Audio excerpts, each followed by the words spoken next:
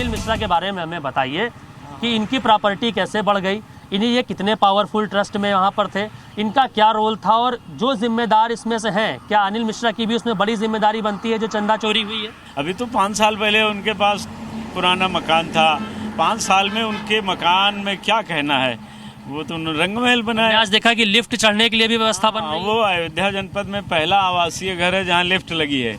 हाँ, और इतना ही नहीं, उन्होंने संतोषी अखाड़ा को खरीद करके मंदिर को से उस पर बहुत बड़ा होटल उन्होंने लगभग 50 करोड़ का होटल खड़ा कर लिया।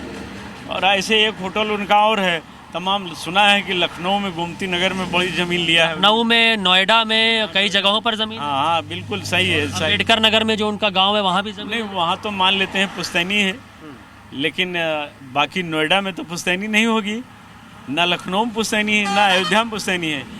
इसी 5 साल में इतना कुछ कैसे हो गया?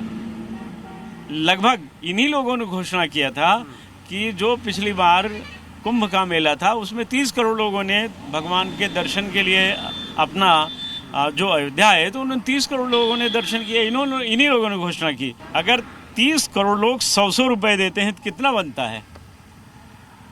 आप जोड़ लीजिए, 3000 करोड़ के 30,000 करोड़ कितना बनेगा? दिखाया कितना गया? सब लूट के खा लिया इन लोगों ने।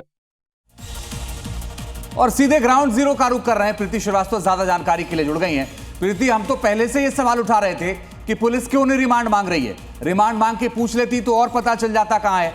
अब पुलिस वही कर रही है जो पहले करना चाहिए था कि अब रिमांड मांगेगी और पूछताछ करेगी। देखिए, पुलिस जो है वो कार्रवाई कर रही है और अविनाश शुक्ला जो है उसकी पुलिस जो है वो अब रिमांड ले सकती है। 48 घंटे में ये जो कार्रवाई है ये की जा सकती है। और ये अविनाश शुक्ला, आप जान लीजिए कौन है ये अविनाश शुक्ला। वो है जिसके भाई का एक वीडियो जो है वो बड़ी तेज़ी से वायरल हो रहा है और वो वीडियो में दिखा रहे हैं कि किस तरीके से चढ़ावा चोरी की जो पैसे थे, जो गड्डियाँ थी, उनका प्रदर्शन वो कर रहा है। और उस प्रदर्शन में वो दिखा रहा है कि किस तरीके से जो चोरी के जो पैसे थे उसको लेकर वो उसने एक रील बनाई और उस रील में वो पैसों का प्रदर्शन कर रहा है।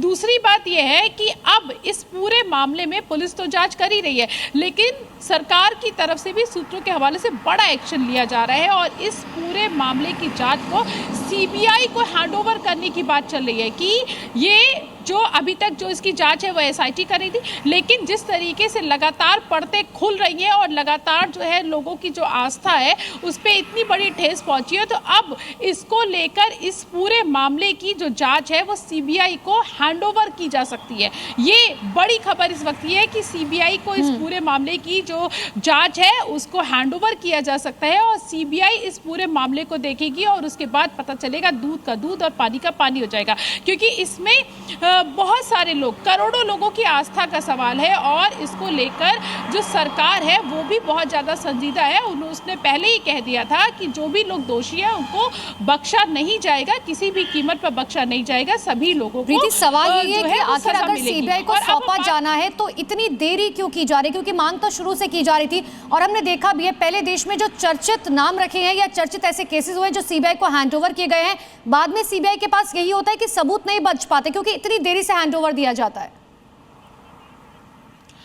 बिल्कुल आप सही कह रही हैं, क्योंकि अगर ये जो चीज़ें हैं ये अगर समय पे होती, क्योंकि एसआईटी की जो जांच रिपोर्ट है उसमें भी ये कहा गया है कि समय पे इस पे एक्शन नहीं लिया गया, समय पे चीज़ें नहीं हुई। और अगर समय पे एक्शन लिया गया होता, लापरवाही नहीं बरती जाती, सीसीटीवी की जो फुटेज है उसको डेली उसको देखा जाता और उसका आकलन किया जाता तो ये सारी जो घटनाएं हैं वो नहीं होती। हालांकि अब ये कह सकते हैं कि देर आए दुरुस्त आए, लेकिन अभी भी ये सूत्रों के हवाले से खबर है अभी ये जांच जो है वो सीबीआई को हैंडओवर नहीं की गई है।